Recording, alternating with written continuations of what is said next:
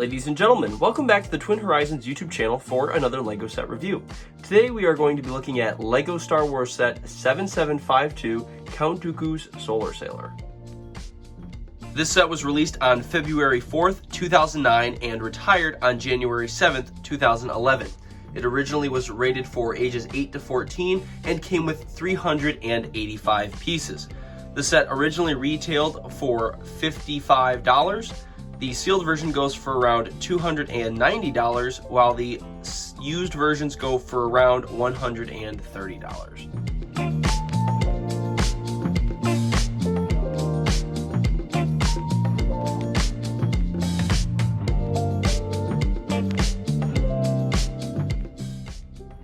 This set comes with 4 minifigures. On the left, we have the Count Dooku minifigure. He comes with both a hairpiece and a hood to go with his cape to give the cloaked kind of vibe for Count Dooku, especially as we see him a lot like that in the Clone Wars. Then, of course, you have the chain printing across the top of his torso to kind of go along with the cloak feel.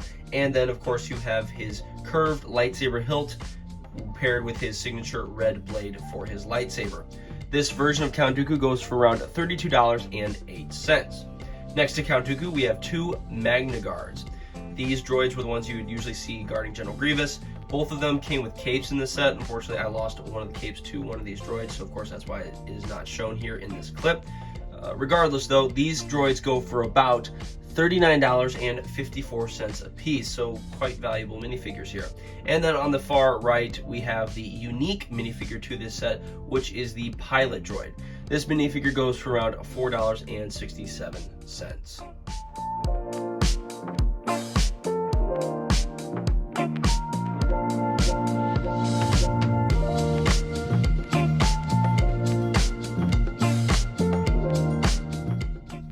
This is the actual build for this set. Of course, this is Count Dooku's Solar Sailor.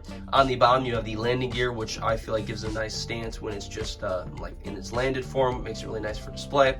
On the front, you have the bubble cockpit, and on the back, you have the 2 kind of gray flaps or doors that open up.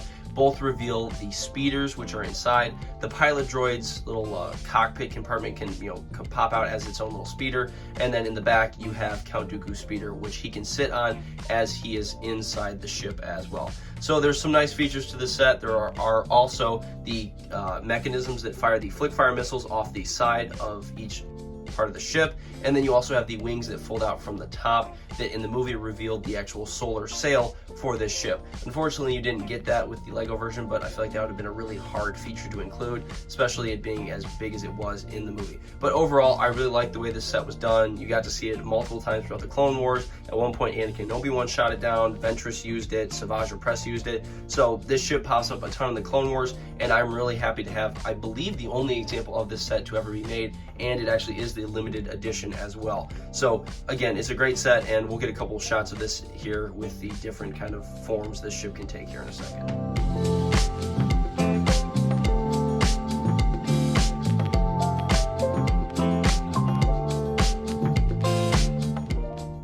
Here I opened up the back of the ship and the front cockpit, and then you can kind of see the 2 speeders that were hidden in the ship here. And I'll just kind of rotate this around. So there you have the speeder that was in the back. Those doors open like so. And then on the far left side here, you have that little kind of speeder which just fits in the front compartment. You just have to fold the back bubble cockpit down to access that.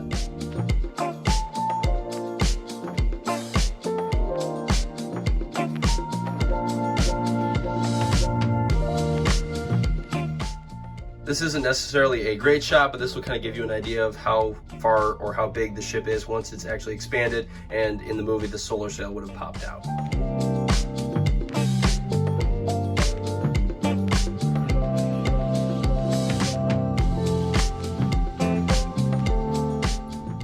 Here we can take a look at the box for this set. In the upper right hand corner, we have the Phase 1 Clone Trooper helmet. This of course was the first box art that was released for the Clone Wars line of sets, and that came with the LEGO and the Star Wars logos with the blue and the white background across the top.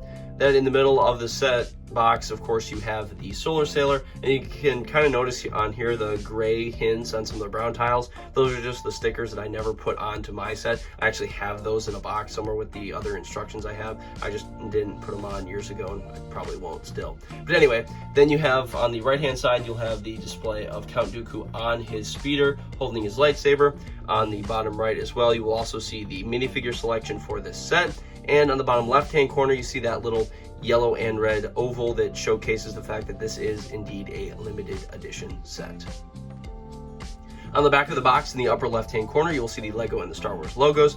On the back to left side of the box, you'll see 4 different boxes showcasing, of course, the features of the set. You have on the left-hand side the pilot droid firing some of the missiles.